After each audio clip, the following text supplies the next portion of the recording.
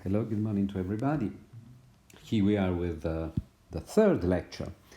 So I recall you now that we introduced the reals, we introduced many numerical sets, so the naturals, 0, 1, 2, and so on, the integers, 0 plus minus 1 plus minus 2, the rationals, namely the fractions, and then the reals, that we introduce as a completion of the rationals with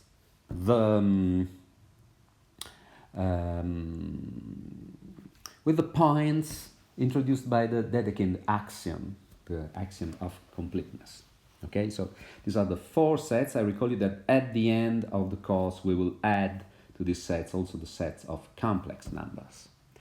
Okay, so now we focus on the reals. The reals will be our main concern for the rest of the course, because the main object of the course are real functions of a real variable. This is the true subject of a mathematical analysis 1, real functions of a real variable. Okay, we already know what is a real function of a real variable. Okay, because we know what is a function, and of a real variable means that the domain is a subset E of R, and the target set is R. So the function f associates to every x a value that is f of x. This is the abstract presentation of the notion of function that you already know, that you all already know. So let us go further and study the real. So we introduced the Dedekind axiom, we show that reals are not countable, and now we introduce a notion which is extremely important, the notion of supremum.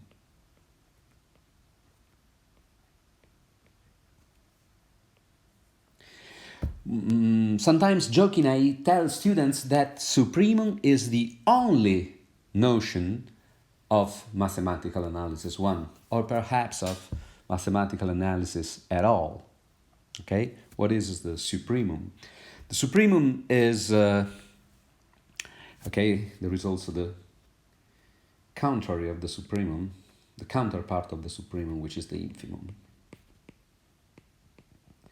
The supremum is a notion that embodies the idea of infinitesimal analysis. So I want you really to grasp the meaning of supremum, the deep meaning of supremum, because once you grasp it, then for the rest of the course, any other complicated notion like limit and also like integral, but in general like limit, is in some sense already well funded in your brain, okay, in your neurons, in your synapses. So I ask you to really to pay a lot of attention to this lecture. I ask you to pay a lot of attention to every lecture, but in particular from the conceptual and from the fundamental point of view, the idea of supremum is really a great breakthrough.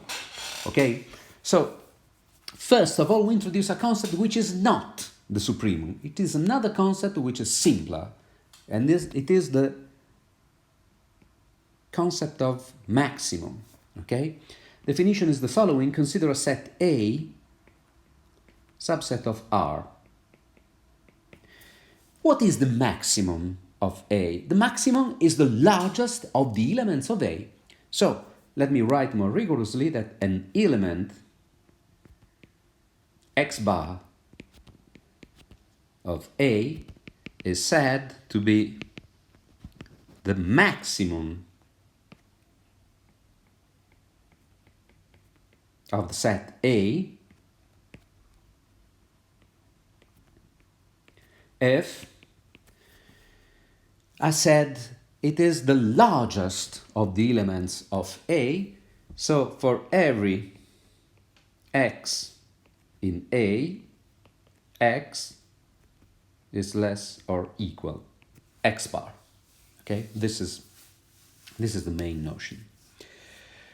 And so I'm saying that basically there are no elements of A that can overcome x bar. Notice that x bar must be an element of A. And notice that here I am forced to say equal because x bar itself is an element of A. So when I say for every x in A, x bar is included, okay, in this specification. So this means that here I cannot put only the strict less than. I also need to put here the equal. Okay, this is the supreme. Let me give you the first example, then we will elaborate a lot on this example. The first example is the following. Let A is equal to, I introduce a symbol here, 0, 1, inside square brackets. I explain you what is the meaning of this symbol. This symbol denotes what is called the closed, the closed interval.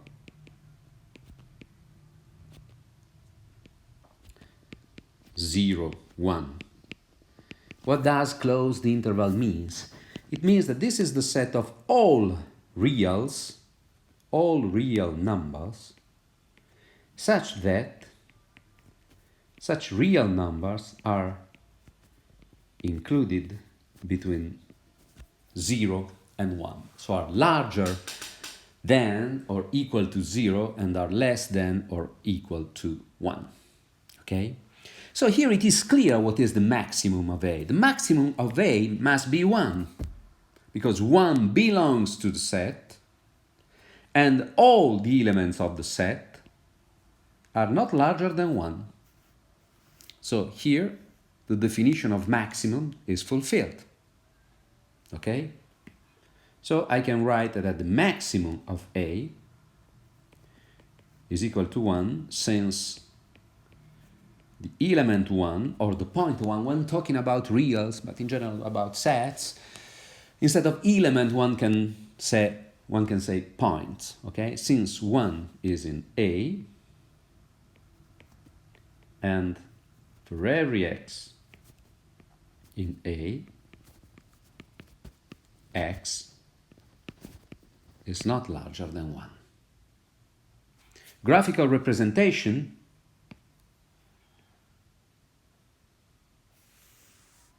is the following. You have here 0, you have here 1. The elements of the sets are all the numbers here. So here what you find at the end is that 1 is the maximum. One is the maximum. First example, extremely simple. Let me modify just a bit this example. And so let me consider a new set A, which is the following. A is equal to the interval 0, closed, 1, opened. So here there is a square bracket here. Oh, sorry. Okay, here there is a square bracket here and a round bracket here. This means that here, on the left-hand side, this is the closed set, like before, which means that 0 is included in the set. Here, the round bracket means that here it is open. So 0 belongs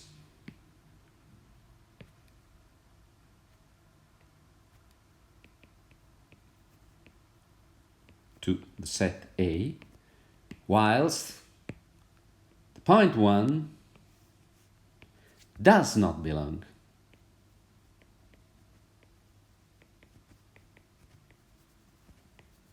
to the set A. Okay?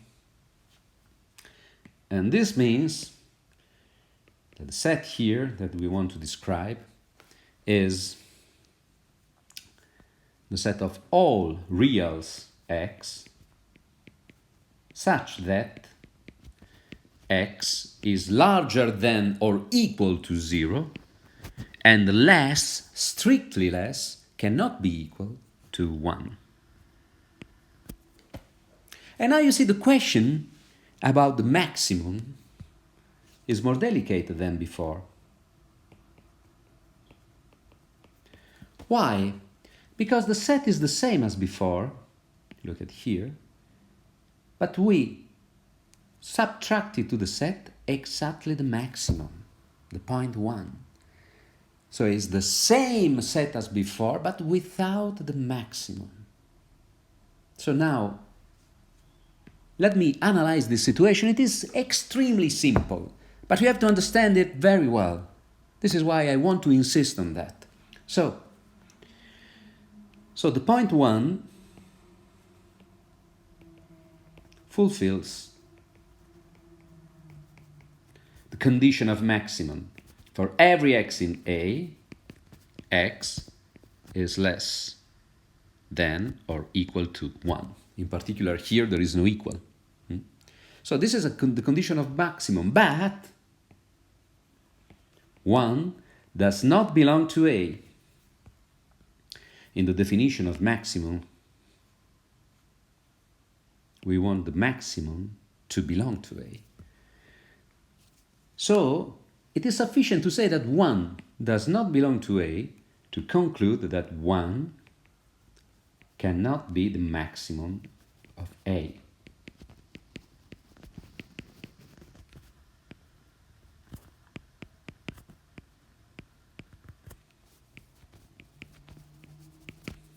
Okay? Very simple. 1 cannot be the maximum of A.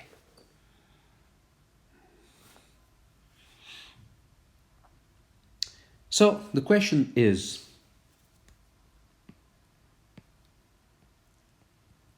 it possible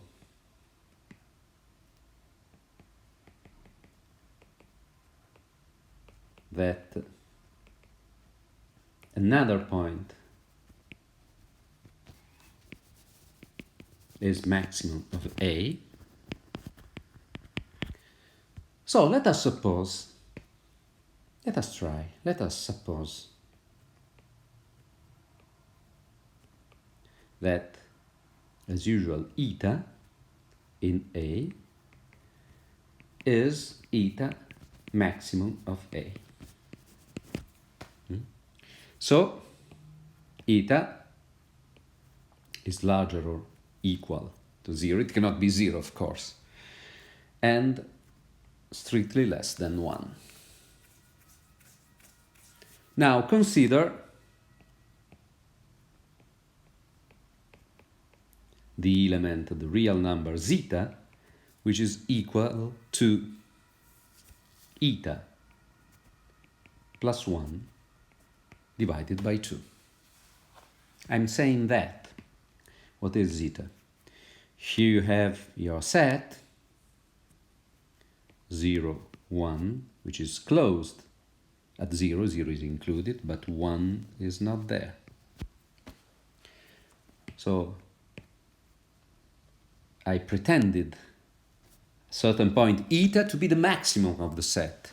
And now I'm considering zeta, which is the middle point between eta and 1. So this is zeta.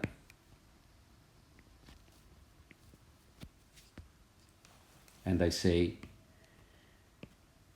that zeta, which is equal to eta plus 1 divided by 2, is of course larger than 0, because eta is non-negative, 1 is positive, so this is larger than 0. Moreover,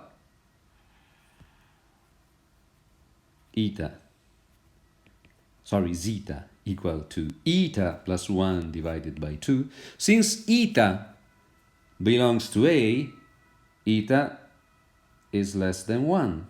So zeta is less than 1 plus 1 divided by 2, which is equal to 1. So zeta belongs to A. Moreover,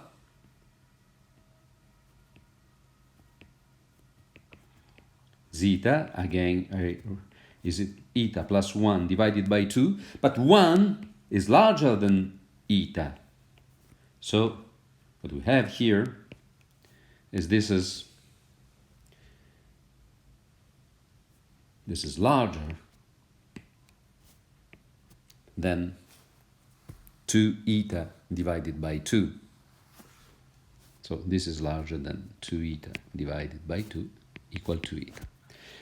So what we found, what we constructed at the end is a number zeta, which is in A and which is strictly larger than eta. Therefore, eta cannot be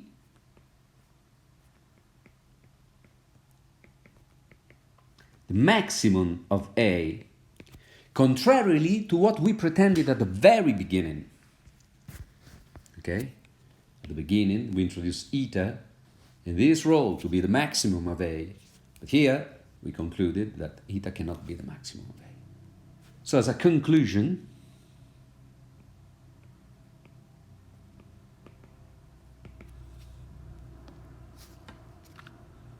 the conclusion is that A, I recall you what is A, 0 closed, 1 opened, is a set without maximum.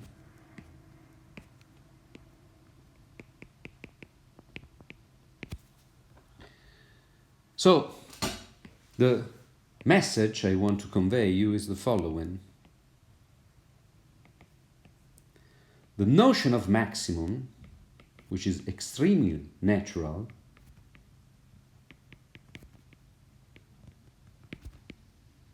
even though very natural,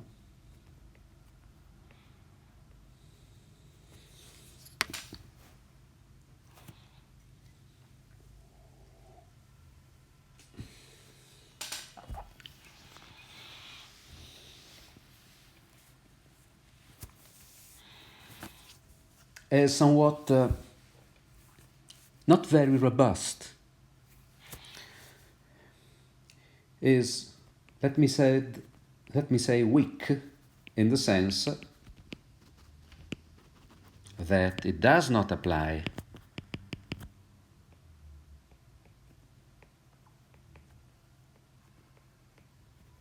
to all subset of R. So there are sets that are extremely naturally built up, but the notion of maximum does not apply to them. In this sense, this notion must be somewhat replaced. So it could be useful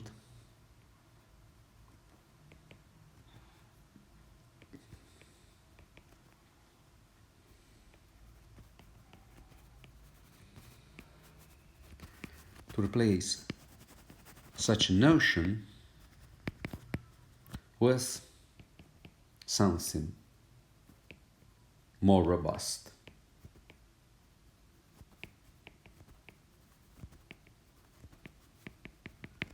This is the role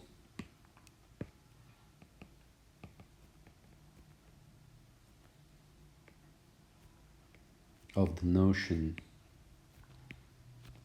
of supremum.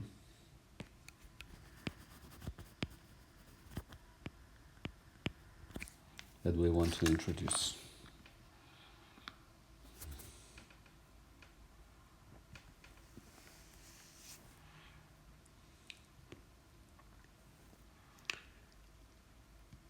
Okay, before getting deeper in this notion, let me introduce the counterpart of the maximum, which is the minimum. Okay, for completeness,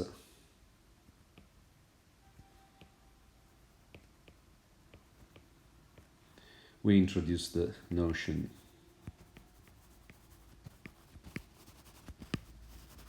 of minimum.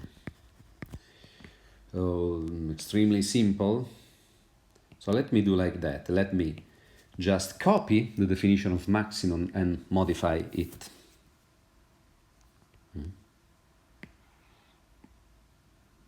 This is just not only because I'm lazy. But I think it can be instructive to keep a definition and then just modify it and reverse it into its counterpart. Oh, there was another definition. Let me just superpose.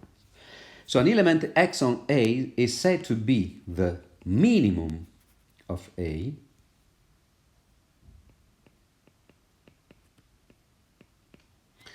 I stress the fact that again we want x bar in A, but let me use another symbol. Let me use x tilde instead of x bar. So it must be in A again if for every x in A, for every element of A, this time it is the contrary. We have that x tilde must be less or equal x. This is the notion of minimum. And the notion of minimum, of course, has the same weakness from our point of view of the notion of maximum. There are sets, there are many sets, also very natural sets, not extremely pathological sets, for which there is no minimum. So again, let me give another example. For A equal to 0, 1, everything is closed. We have that the minimum of A is, of course, 0. But if I subtract the point 0 to this set, and I define A this time like 0 open and 1 closed, then there is no minimum of A. Okay? And again, the notion that will replace the notion of minimum but will prove to be more elastic than the notion of minimum will be the notion of infimum, okay, the counterpart of the notion of maximum. Okay, so let me just clarify some notations. So the notation is intervals, is about intervals.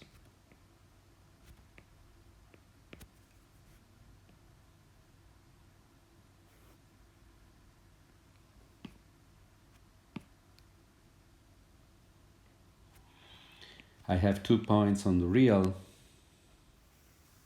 line, 2 points A and B, and I said with interval I mean a subset such that whenever 2 points are in the set, all the points there between the two are in the set. So definition. So it is very natural what is an interval. I'll just give you the rigorous definition just to convey the message that in analysis, basically, all notions, even the most natural ones, have to be introduced rigorously, have to be defined rigorously. Okay? So the definition I want to introduce as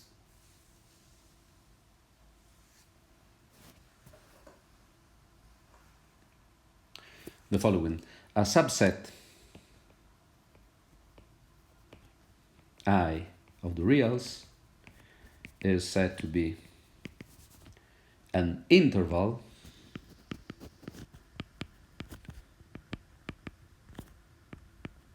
if and only if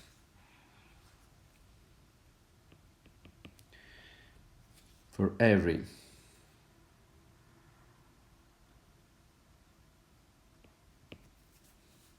x and y in I, we have that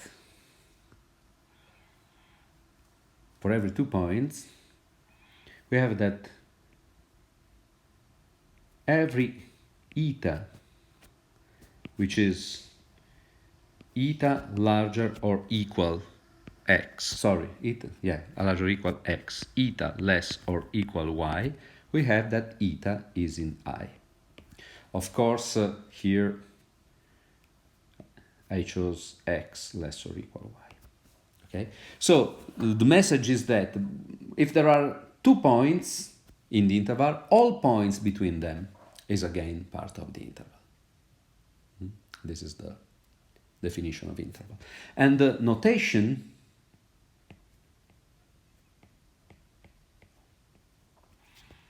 so we have closed finite interval. This is AB, and this is the set of all x between A and B. Included the extremes, included A and B. Then open finite interval. We have AB opening both sides, and we have x in R, and then x between A and B, simply. Third, semi-open finite interval. A closed, B open, these are x in R, such that A is less or equal x, strictly less than B, and the other possibility is the contrary, A open, B closed, and we have x in R, such that A is less than x, less or equal B. This is the semi-open finite interval. And then we have half lines.